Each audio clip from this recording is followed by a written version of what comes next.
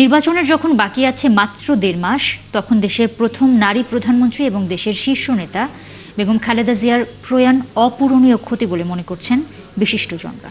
বেগম জিয়ার দেখানো সঠিক নেতৃত্ব দেশ গড়ার ক্ষেত্রে নতুন চ্যালেঞ্জ এবং সুযোগই কেবল নয়, বরং বিএনপিকে পৌঁছে দেবে এক অনবদ্য উচ্চতায়, জানাচ্ছেন শারমিনীরা। ৪ দশকের বেশি সময় রাজনীতিতে পথ চলা দেশের সফল প্রধানমন্ত্রী বেগম খালেদা জিয়ার আপসহীনতা তাকে পৌঁছে দিয়েছে দেশের মানুষের অন্তরে। ২৪ আগস্টে দেশ যখন ফ্যাসিস্টের কবল থেকে মুক্ত হয়ে নতুন বাংলাদেশ বিনির্মাণে জাতীয় নির্বাচনের মুখে, তখনই অজানার পথে বেগম জিয়া। ৮০-তে এসেও তাই এই প্রস্থান বিশ্লেষকদের কাছে বড্ড অসময়ের, এই চলে যাওয়া অপূরণীয়।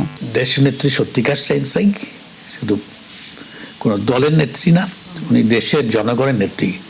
এই অবস্থায় চলে এসেছিলেন, দেশের জন্যই অফুরন্ত ক্ষতি।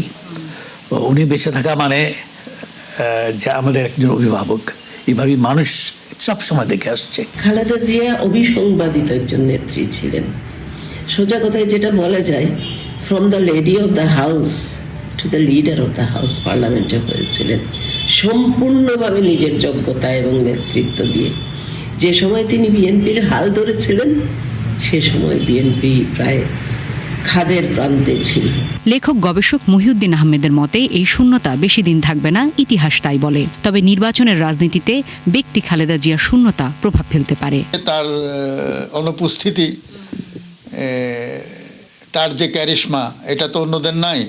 তো সুতরাং সেই আমাদের এখানে তো একটা ক্যারিশমেটিক ফিগার রাজনীতিতে না থাকলে তার দিকে জনগণের ঝোঁক তত থাকে না। কিভাবে শূন্যতা কাটিয়ে উঠতে পারে প্রশ্ন ছিল তার কাছে। ২০০১-এর পরে এই প্রথমবার একটা নির্বাচন হতে যাচ্ছে যেখানে হয়তো বিএনপি তার পূর্ণ শক্তি নিয়ে মাঠে নামবে। তো সেখানে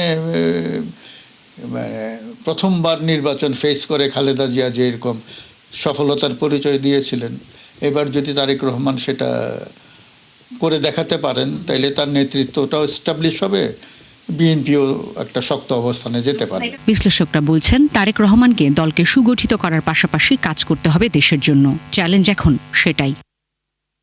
শারমিনীরা, ৭১, ঢাকা।